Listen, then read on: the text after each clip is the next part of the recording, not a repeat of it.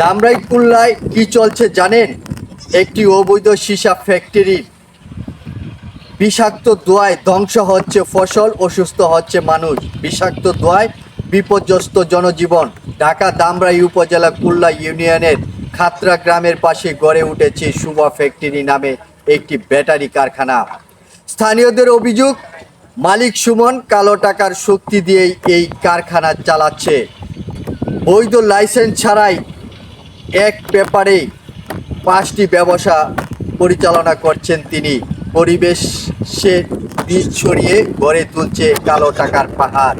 এখানে পুরনো ও নতুন ব্যাটারি পূর্ণ প্রক্রিয়াজাত করে তৈরি করা হচ্ছে প্লেট, ব্যবহার করা হচ্ছে সীসা, লেড এবং বিভিন্ন ক্ষতিকর রাসায়নিক পদার্থ, যার বিষাক্ত ধোঁয়ায় সরাসরি ছড়িয়ে পড়ছে পরিবেশে।